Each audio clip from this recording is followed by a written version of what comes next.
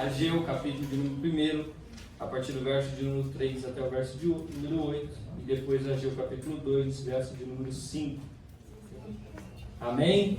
Amém. Diz assim: Veio, pois, a palavra do Senhor por intermédio do profeta Ageu, dizendo: É para vós tempo de habitardes em vossas casas bem acabadas, enquanto esta casa fica deserta.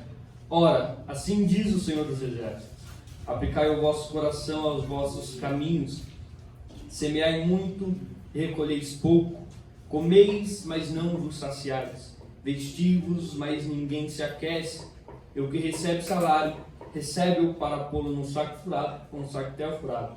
Assim diz o Senhor dos Exércitos: aplicai o vosso coração ao vosso caminho, subi ao monte, trazei madeira, edificai a casa, para que dela me agrado, e seja glorificado, diz o Senhor. Capítulo 2, verso 5. E esta é a aliança que fiz convosco, quando saísse do Egito, e o meu Espírito habita no meio de vós, não temais. Até aqui. Amados, livro de Ageu, no seu capítulo 1, nós vamos ver que Ageu ele é chamado por Deus para o ministério de profeta. O capítulo 1 de Ageu nos traz uma narrativa de um profeta que vem trazer uma mensagem de despertamento do povo. Mas para nós entendermos esse texto de Ageu, que é um profeta, nós precisamos voltar um pouco na narrativa, na história bíblica. Ageu é um dos primeiros 3 livros que traz a narrativa após o exílio babilônico. Os outros dois livros são Zacarias e Malaquias, que são mencionados no livro de Esdras. Ageu, nesse tempo, ele deveria ter aproximadamente entre 70 e 80 anos de idade, quando ele vai proferir a mensagem de Deus. Se nós voltarmos na história do povo de Israel, nós vamos ver que o povo de Israel ele tinha esse costume, que todas as vezes ele se desviava do caminho do Senhor, todas as vezes que dava oportunidade ele se afastava dos preceitos de Deus. E diz a Bíblia que sempre Deus prevalecia os seus inimigos contra o povo de Israel. Era como se Deus estivesse trazendo a lembrança do Egito, porque todas as vezes que o povo pecava diante de Deus, Deus prevalecia os seus inimigos e o povo se tornava escravo. Os seus inimigos pegavam o melhor da sua lavoura, os seus inimigos pegavam o melhor do que eles tinham e eles ficavam com o resto. Todas as vezes que o povo se distanciava de Deus, Deus prevalecia alguém para ser em cima dele, para estar diante dele. O texto diz da Bíblia que o povo vai se distanciando de Deus. Se nós formos olhar na história do povo de Israel, nós vamos ver que o povo não está crescendo diante de Deus por causa da sua santidade. O povo não está crescendo diante de Deus por causa da sua santificação. É por isso que Deus levanta profetas no Antigo Testamento para trazer um despertamento espiritual diante do povo, porque o povo está vivendo um tempo de decadência espiritual. O povo pecava, o povo pecava, o povo pecava. Deus levanta Ezequiel para trazer uma palavra de arrependimento. Deus levanta Isaías para trazer uma palavra de arrependimento. Deus levanta Jeremias, e no capítulo de Jeremias nós vamos ver que Jeremias é usado por Deus também como um profeta. E Jeremias é usado por Deus para entregar a profecia acerca do cativeiro de Israel, por causa do pecado. Porque você passeava pelas praças, o povo estava vendendo ídolos, o povo estava adorando a Baal, o povo estava se prostrando diante de deuses pagãos. E por mais que o tempo ia passando, mais o povo ia viver na sua decadência espiritual. Perceba que Deus levanta Jeremias em meio a uma crise espiritual diante do povo para profetizar o cativeiro durante 70 anos na Babilônia. A Bíblia diz que o tempo passa e Deus prevalece a Babilônia contra o tempo de Israel. O texto diz que Israel, Jerusalém, é invadida por 3 vezes. A primeira vez leva os sábios, vem a segunda vez, mas também não destrói Jerusalém. Só que o texto diz que pela terceira leva de Babilônia para Jerusalém, a Bíblia menciona que Nebuzaradã, chefe da guarda real de Nabucodonosor, ele vai com uma ordem essa, destruir os muros de Jerusalém, ordem essa de destruir o templo de Jerusalém. Perceba que não eram todos que estavam em Jerusalém que viviam uma vida pecaminosa diante de Deus. Imagine essas pessoas olhando tanto que os pais lutaram para edificar aquela casa, olhando tanto que os pais lutaram para construir aquele templo de Deus, de adoração, e por questão de minutos ou por horas, aquele templo é destruído, os muros de Jerusalém é derribado, e diz a Bíblia que o povo é levado cativo para a Babilônia. Entenda que a tendência do povo não era melhorar diante de Deus, porque Babilônia é lugar de confusão, Babilônia, a origem é pecado. Então é um povo que já estava vivendo no pecado, que estava indo para uma terra que a origem dela é pecado. Então era um povo que ia piorar diante de Deus. A Bíblia diz que passa o tempo do reinado babilônico. O reinado persa invade a Babilônia, toma a Babilônia, para se cumprir a palavra de Deus. E diz a Bíblia que o rei Ciro, ele faz um decreto esse para que os povos que estavam de Jerusalém, o povo de Israel que estava na Babilônia, voltasse para Jerusalém para edificar. Então perceba, o povo está voltando para sua terra natal, o povo está voltando para sua terra de origem, e a expectativa do povo é grande. Durante 70 anos se passou gerações, durante 70 anos pessoas morreram, pessoas nasceram, e eles ouviram escutar acerca da terra natal. Imagina um povo voltando para sua terra natal, para construir de novo a Jerusalém. Imagine como estava a expectativa do povo, imagine como estava a força de vontade de levantar aqueles muros, de levantar o templo e começar a adorar a Deus. O texto diz que o povo volta para Jerusalém cheio de expectativa. Eles entram em Jerusalém e a Bíblia diz que eles deitam alicerce, eles começam talvez a levantar alguns muros, só que até aí estava tudo bem, até aí estava indo tudo de acordo. Só que o texto diz que, no entanto, levantaram opositores samaritanos contra a vontade deles, e levaram um recado dizendo: se eles construíssem Jerusalém, se eles edificassem o templo, eles estariam isentos de pagar imposto.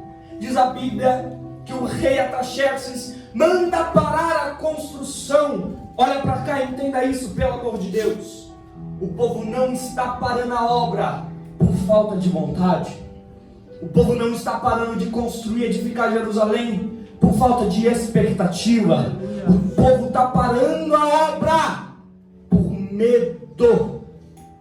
Eu quero abrir um parênteses aqui essa noite e dizer: às vezes não te falta vontade, às vezes não te falta expectativa de fazer a obra, mas no entanto as oposições que se levantam contra você te causa medo e faz a obra parar.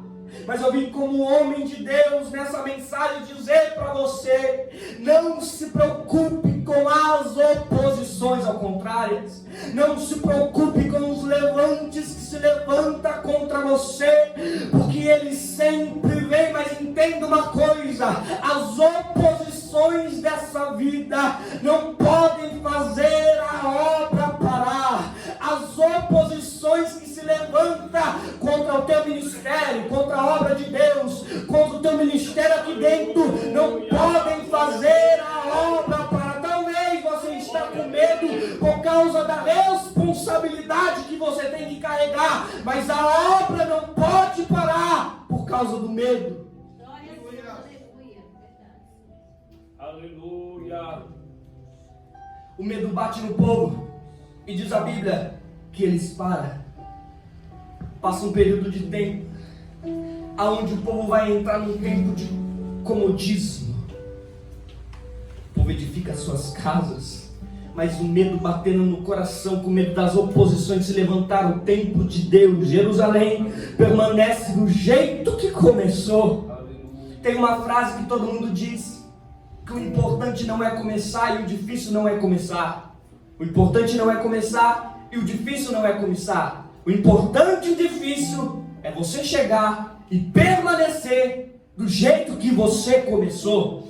É que tem gente que começa cheio de expectativa, mas termina frustrado. Eu vim dizer hoje aqui para você que entrou, não começa cheio de expectativa e para no meio do caminho. Deus está dizendo para alguém aqui essa noite, que do jeito que você começou cheio de expectativa, você tem que terminar essa obra, porque o difícil é permanecer. O povo parou, começou cheio de expectativa, mas parou no meio do caminho por conta do medo. A Bíblia diz que eles começaram a construir as suas casas, e Deus percebeu isso, que o comodismo tomou conta dele, e levantou Ageu para trazer uma palavra de despertamento espiritual. Neemias, Ageu se levanta, e a palavra de Ageu é: vocês permanecem em suas casas construídas. Eu gosto a partir do verso de número 3, porque o verso de número 6, Ageu está trazendo a lembrança do povo, dizendo: ei, vocês semeiam muito, mas colhem pouco. Vocês se cobrem, mas não se aquecem. Vocês ganham dinheiro, mas o que ganha coloca num saquetel, num saco furado. O que Deus está dizendo para nós, para uma aplicação aqui essa noite: há momentos que nós estamos se apegando tanto com as coisas lá de fora, no nosso mundo material, e se esquecemos de fazer a obra de Deus aqui dentro. Enquanto nós estiver preocupado tanto com as coisas materiais lá fora, o que nós fizemos lá fora não vai servir de nada. A palavra de Deus para Ageu, para o povo, está na hora de se despreocupar tanto lá fora e trazer aquela responsabilidade que você tem lá, aqui dentro. Vou explicar. É que tem gente que se apega tanto ao trabalho. No trabalho eu tenho que chegar às 7h30. No trabalho eu tenho que chegar no horário. No trabalho eu tenho que acordar cedo. No trabalho eu não posso faltar. E aqui dentro, como é que tá? Eu chego a hora que eu quiser. Eu venho o dia que eu quiser.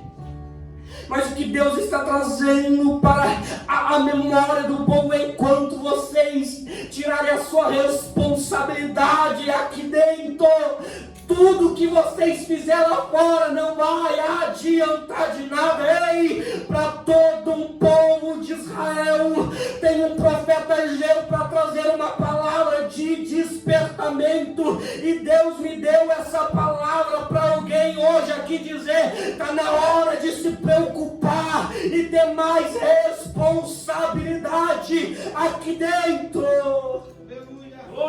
Não permita que as oposições parem a obra, porque a obra não pode parar.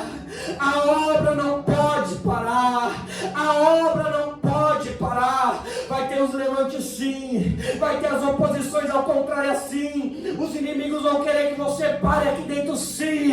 Só que a obra de Deus não pode parar por causa das oposições. Eu gosto do que Jesus disse para os discípulos, que quando os discípulos foram falar com Jesus, Jesus olha para os discípulos e para Pedro e diz: Pedro, as portas do inferno não prevalecerão contra a minha igreja. Jesus não estava falando de uma porta, Jesus estava falando de todas as portas. Não prevalecerão contra a minha igreja. Por quê? Porque ela está edificada em mim. Ei, a obra não pode parar por causa das oposições.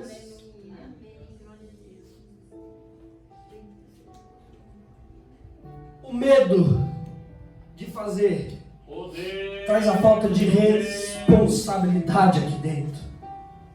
O medo de fazer traz a falta de responsabilidade aqui dentro. Eu não vou reger porque tem muita responsabilidade. Eu não vou liderar porque tem muita responsabilidade. Eu não vou fazer porque tem muita responsabilidade. Não é que lhe falta expectativa. Não é que lhe falta falsa de vontade. Não é que lhe falta coragem de fazer. É o medo das oposições que vão se levantar porque você está fazendo. Mas enquanto nós não estivermos responsabilidade aqui dentro, nada do que nós fizemos lá fora vai adiantar. Ageu é levantado como um profeta para trazer uma palavra de despertamento. A Bíblia diz que Ageu começa a dizer: está na hora de levantar, está na hora de sair do comodismo, está na hora de sair da mordomia e começar a edificar a casa de Deus. A Bíblia diz que o povo volta ao ânimo para fazer de novo. Você lembra que eu disse que o importante, o difícil não é começar, mas é terminar do jeito que começou. O povo começa a reconstrução do templo. E eu gosto do verso de número 5, no capítulo 2, porque Ageu começa a trazer para o povo dizendo: ei, vocês se esqueceram da aliança lá atrás, acerca do Espírito que habita no meio de vós. Não temais, o Espírito habita no meio de vós. Lembra quando Jesus libera a promessa do Espírito Santo para os discípulos? As coisas ruins vão vir, as tristezas vão vir. Capítulo 16 de João, no verso 33, Jesus disse para os discípulos: no mundo tereis aflições, mas tem de bom ânimo, porque eu venci. Só que antes disso, Jesus libera o Espírito Santo dizendo: não temais, porque o Espírito Santo estará no meio de vós. Eu vim dizer aqui hoje que o Espírito Santo está no meio da igreja. Não temais, a obra não pode parar, a obra não pode parar. Não temais. Deus disse para o povo que a glória desta última casa seria maior do que a primeira. A Bíblia diz que as coisas boas não é o começo, mas é o fim dela. E querido, não termina a obra sem expectativa. Do jeito que você começou, termina. Se você começou cheio de expectativa, esse ministério vai em frente. Se você começou cheio de força de vontade, essa regência vai em frente. Se você pegou esse trabalho cheio de expectativa, vai em frente. Mas a obra não pode parar. Aleluia! Se coloque de pé. Aleluia! Oh, glória a Deus! Deixa os opositores se levantar. Glória a Deus! Deixa as circunstâncias adversas vir. Aleluia! Mas a obra não pode parar. A obra não pode parar. Glória a Jesus! Aleluia. Eu quero fazer uma oração para a sua vida essa noite. Oh, aleluia! Levanta a sua mão lá em cima. Deus, o Senhor é Deus. E você vai orar comigo. E a sua oração hoje é pedindo vigor, é pedindo força. E não deixa que o medo pare a obra que Deus colocou na sua vida. Se você começou orando, termina orando. Se você começou jejuando, termina jejuando. Se você começou consagrando, termina consagrando. Mas a obra que Ele colocou nas tuas mãos, ela não vai parar. Não se preocupe com as oposições. Aleluia. Deixa de lado, porque a obra que Ele colocou nas suas mãos, fica tranquilo, Ele se responsabiliza. Querido Deus, eterno Pai, eu quero te pedir pela tua igreja que está aqui essa noite, Pai. A tua palavra pregada está nos dizendo que do jeito que nós começamos, cheio de expectativa, nós temos que terminar. Querido Deus, eu quero te pedir que o Senhor venha derramando vigor sobre a tua igreja, que o Senhor venha derramando presença sobre a tua igreja, que o Senhor venha derramando expectativa sobre a tua igreja, e que do jeito que essa obra começou, ela vai terminar cheio de vigor, cheio de expectativa, cheio de presença. Querido Deus, derrama força sobre os teus filhos. E se entrou alguém aqui desanimado, que o Senhor possa visitar e fazer o milagre acontecer. No nome de Jesus, receba o vigor para continuar mais uma vez. Mas não para, não para, não para, não para. Persista no propósito, mas não para. Receba vigor para continuar até o fim, porque é melhor o final das coisas do que o começo. Em nome de Jesus, é o que eu te peço e te agradeço. Fique com essa palavra no nome de Jesus Cristo. Glória a Deus. Ninguém pode impedir. Tome posse da sua bênção hoje aqui. Amém, meus irmãos? Amém, Jesus. Glória a Deus. Graças ao Senhor, mas esta vitória que Ele tem nos dado. Aleluia. Aleluia, de poder ouvir a sua palavra, ouvir a sua voz.